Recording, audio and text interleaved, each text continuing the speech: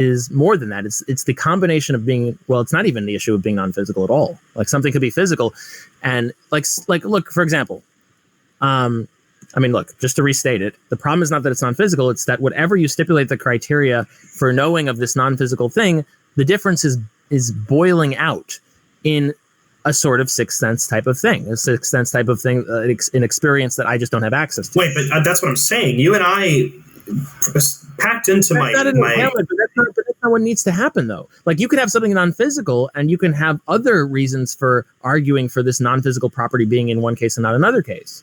Wait, but look, what I was suggesting was, if you have that agreement with me, it seems like what you're saying is that it can't be inferred to; it must be perceived. That's what I'm saying. No. That's what I'm saying. No, not just that. Well, no. There could be. You can. I don't accept the view that there can't be a priori arguments for non-physical things. I mean, clearly there are. Like there are certain arguments.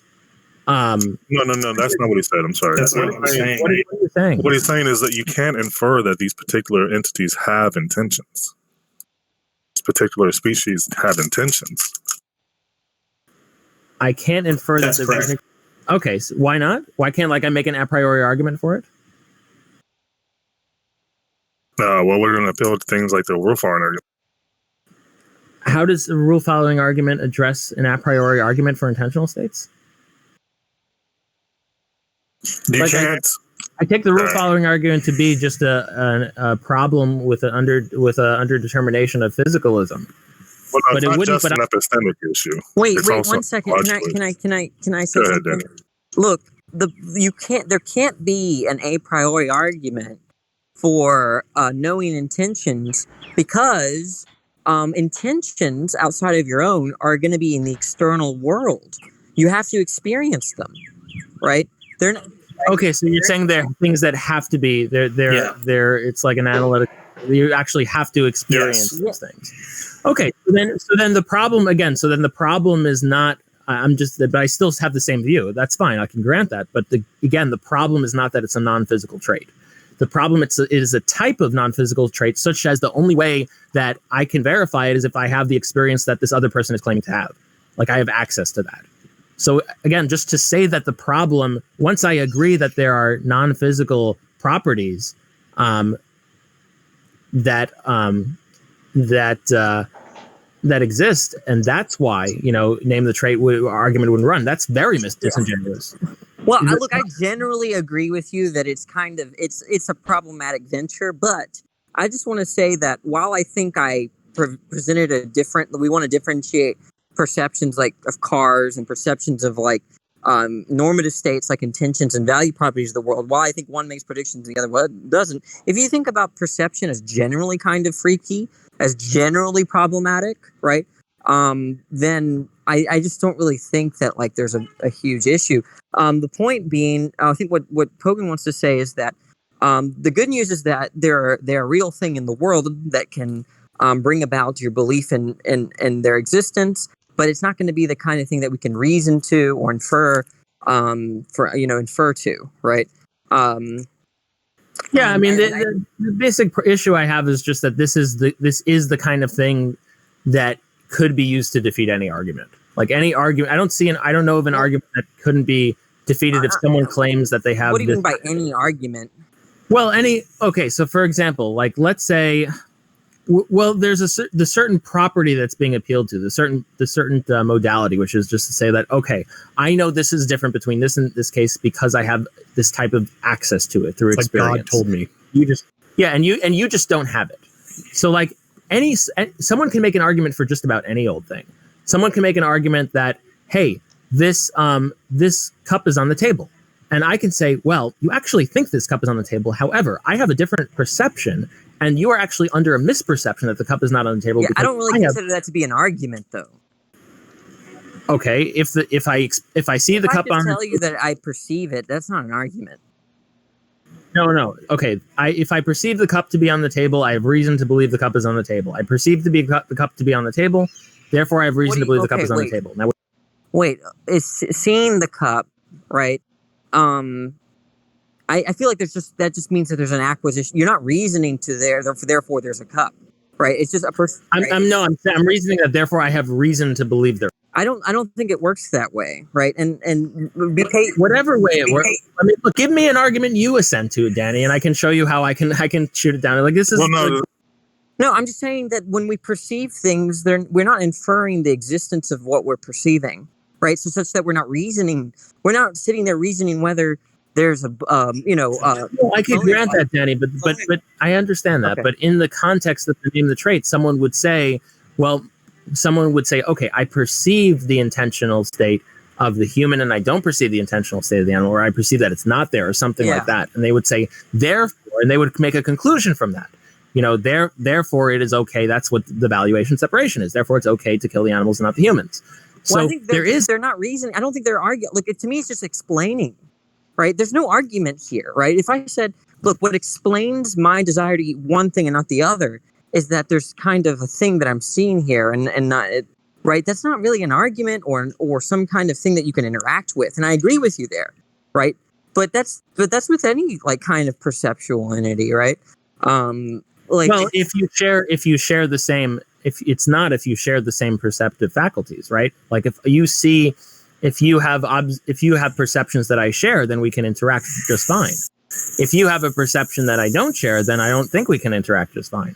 Okay, I'm just saying that like there's going to be there could be agreement, like we're perceiving the same thing, or like when but like I just don't really think that. I think I agree with you. There's not a lot of interaction when you say, look, I'm seeing this and I'm acquiring a belief that it exists, right?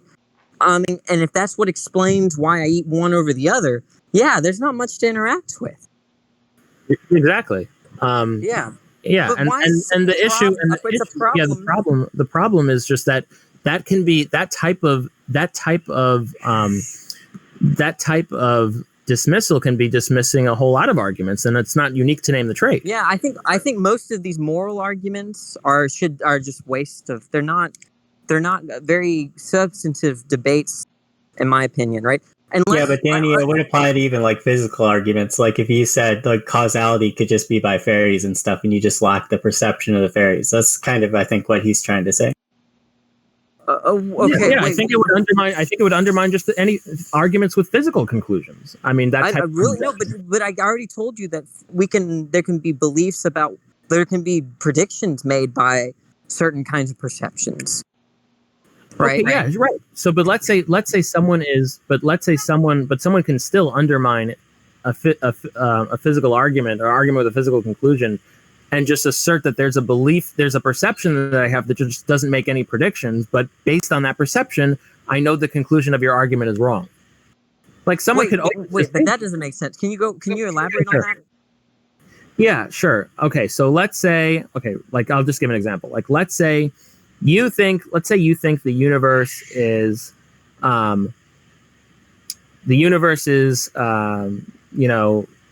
like 13.7 billion years old. And I say, well, I have direct access to God, right? Like I just have this perception. And based on my perception, the universe is actually 6,000 years old. And any of the evidence that you may find to support the position that the universe is 13.7 billion years old, that's actually just you may find that evidence, sure. You may find those certain physical facts, but they're not actually evidence to your position because which is why I don't argue with those people, right? So let's say I have evidence to suggest that the universe is 13 or so billion years old, right? If someone said they had a kind of perception where like some weird deity or some weird deity that like told them that no, all this what you took to be evidence is not real evidence. It's actually only 6,000 years old. Let's say they perceive this grand thing, right? Which you take to be a hallucination. You think they're misperceiving. There's no sense in engaging with that person, and I don't think they're particularly irrational for rejecting that as evidence, right? I just don't really. I don't interact with. Yeah, I can give an example of that, right? So you have somebody who, like a scientist, that goes to a place and hears that somebody had walked outside and perceived that it was raining. And that person says, well, no, it couldn't have been raining yesterday. And you couldn't have, that you could not have seen that it was raining yesterday because, and just gave all these physical facts about the time of day, about the humidity and all this other stuff, right?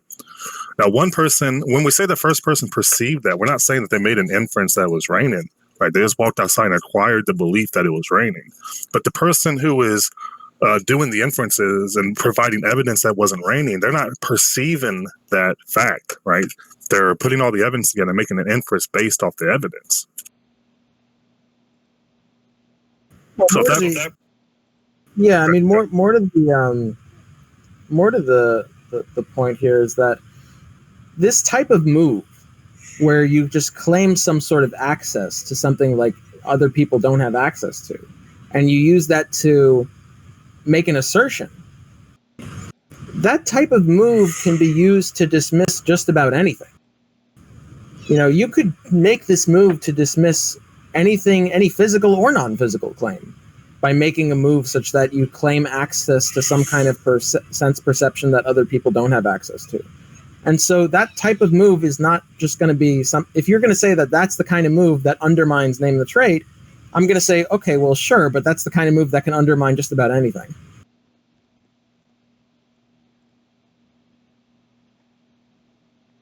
Can I this NTT thing? It's like a two-way kind of thing, right? Like either you're going to be shown to be like logically inconsistent, or you're going to be reduced to what they call "quote unquote" like moral absurdity, right? Yeah, I'm not. And just to be like, I had this conversation yesterday. Like, I'm not committed to using the word absurdity. Like, it's just a consistency thing. Yeah, it's consistent, but also, I mean, no, but I would try to consistent and just say I wanna rape everybody, right? I could have like a lot. Yeah, but I would. But the other hand, like, yeah, if someone bites the bullet, I would say like what I would say is that, you know, I would say that I have a strong suspicion that upon reflection, you're really out of accord with your own values, and if you reflected on your values, you know, you wouldn't really believe the things you're saying, like the quote unquote reductio. Wait. Yeah, go ahead. Okay, but I mean, do you honestly? Okay, so wait, because there's this thing, right, where people, I mean, they say in like I guess like in an intellectual setting that they don't feel like it's wrong to like jerk off on dead babies, right? But in actuality, do you not think that is wrong, really? Wait, I'm sorry, I'm not understanding the question. Like, what's wrong? Because we're talking about quote unquote like moral absurdities, right? I mean, I know you said you don't. I don't. Word, right? But like a lot of the quote unquote NTT guys, like they like to use that word, right? You could take name the trait and you could use it somewhere outside of like animal rights. You know, I mean, you could switch up the jargon, I guess, and use it as a different kind of consistency test that wasn't focused on animal rights, and it didn't have to reduce to something that was like that society found absurd. Like, it doesn't have to be like that. Okay, but that this thing, like it accepts moral subjectivism, right? Like I could value anything I like, right? Yeah, I suppose. I mean, I don't think it necessarily. I don't think. I mean, Avi probably knows better, but I don't think it necessarily like presupposes a specific moral framework. No, I don't see why it would be difficult to get through this thing like unscathed. Honestly, like. What do you mean by when you say unscathed? Like not being logically inconsistent or being reduced to, once again, quote unquote moral absurdity. I just yeah. So like I said, can I understand the claim that's being argued? Because is Danny just saying that that he doesn't perceive a value in what you perceive valuable or whatever? You're saying that criticism can be levied against anything. Is that what you're saying? That not a value. That someone is saying they don't perceive an intentional state. Like they don't perceive that there's an intention in one case, but they're perceiving that there's an intention in one case and not an intention in the other case. that intentions are things that exist and that are perceived directly. They're not inferred. And that it's not like they perceive value in one case and not the other. It's that they perceive intentions. Like there's a specific thing that's non-physical that we call intentions that are being that they perceive to be there in, like, say, the mentally handicapped human case, but not in the animal case. That's what's being said. Yeah, but I don't understand it. It seems like in the one case, with natural facts, like if you thought that the only access to intentional states was via perception, then, but you didn't think that about physical facts. If you thought that physical facts could be inferred and justified, then that would be a symmetry breaker, right? Right. It would be a symmetry breaker, but not necessarily one that could be. I mean, you could make that as a symmetry breaker, but let's say someone were to stipulate to you, say, okay, I hear your symmetry breaker. However, I have access to,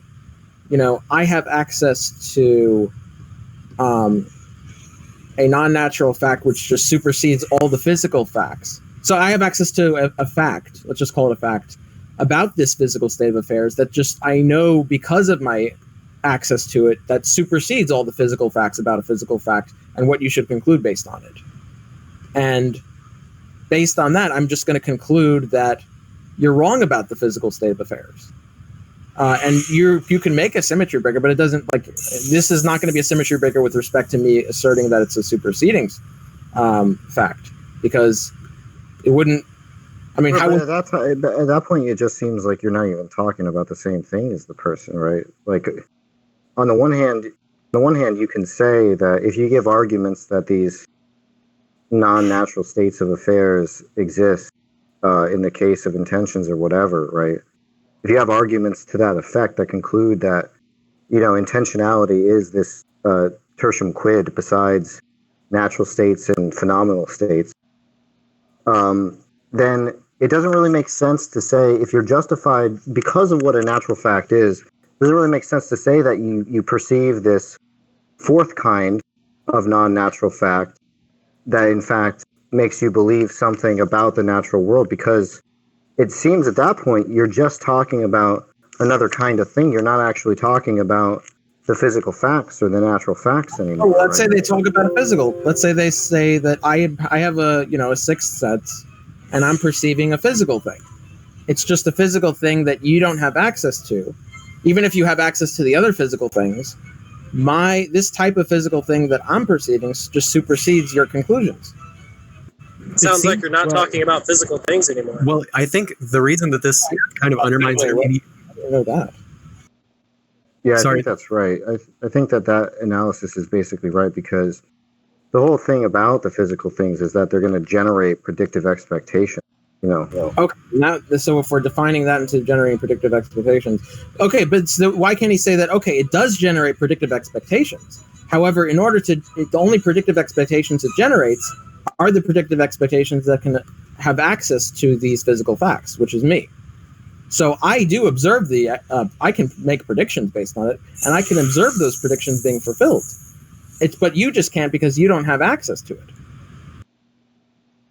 The reason I feel like it undermines everything and kind of boils into like a fallacy is because it will always assure that the argument enters a state where the two people aren't talking about the same thing anymore. Because one person has a sense perception that only they have, or the other person in the argument doesn't have, and is on the topic, and then it changes the topic for one person, where you're basically not talking about the same thing anymore, and it will undermine any position. Yeah, I mean, that's the issue, right? I mean, the issue is, what are you saying? I'm not even. No. I was agreeing. Well, look, you might be able to play that card. I mean, there are some physical facts that people, or I don't know if you would accept this, but I mean, some people are colorblind, and that terminates down to some physical fact in their chromosomes or chromoids in their eyes, or I don't know what the scientific jargon is, but I mean, there's an explanation for those things, and those people, accept the explanation based on that. So, I mean, there are certain things that are akin to that. No, just like they can say, like, okay, like, just like you can imagine a blind person, color, you can make predictions based on color. It's a physical thing. but the blind person clearly doesn't have access to those physical things to observe the color-based predictions. So it's the same thing with here. Like, I have a sixth sense, and I have a sixth sense about physical things. They do generate predictions. I'm observing the predictions, but only I can observe the predictions because only I have access to that sixth sense and the physical sixth sense perceiving capabilities for those predictions. So I can make that kind of move as well on the physical side. So all I'm saying is that this kind of move, it's yes, you can always make this move to undermine an argument. But if you're going to say like, aha, this undermines the argument, like that's not a really potent criticism, because you can make this kind of move to undermine. Certainly you can make it. I don't think there would be disagreement that you can undermine any non-physical conclusion with non-physical arguments. But even, I think there's a case to make that even in physical arguments with physical conclusions, you can make this move to undermine it. Physical things I didn't know depended on some ambiguous sixth sense. You know, I always thought that physical things were perfectly accessible with the five that we all know, you know? Well, not necessarily. Like there could be look, just like someone with, one sense, right? There may be certain predictions of certain physical facts that they just might not have access to because they only have one sense. And if they just had more senses, they would be able to have access to the predictions. So someone, I know, but we explain those things in terms of the physical facts, right? Like whatever's wrong with it. Sure, but why? What's wrong? Why is it not possible for there to be physical things that generate other predictions that are not accessible to the five senses that would just be accessible to if we just had more senses? That if we just had more senses, we would have access to those predictions. There's nothing impossible about that. And so why can't someone just make the same move on the physical ground? Someone could just say, okay, well, I have a sixth sense. I am, what I believe does generate predictions. I observe the predictions. You just don't, because you just don't have that sense. Too bad. Eat a dick. And that seems to be the type of move that's being made here. So yeah, I mean, it seems to be not a really potent move to make. That's just my opinion on it.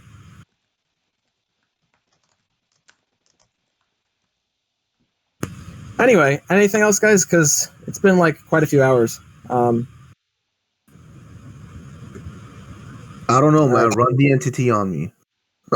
No, please, dude, this is the third fucking day. Hours after hours, we're talking about NTT this, Isaac. I don't give a fuck. Run it on me. All right, take care, guys. Honestly. Take care.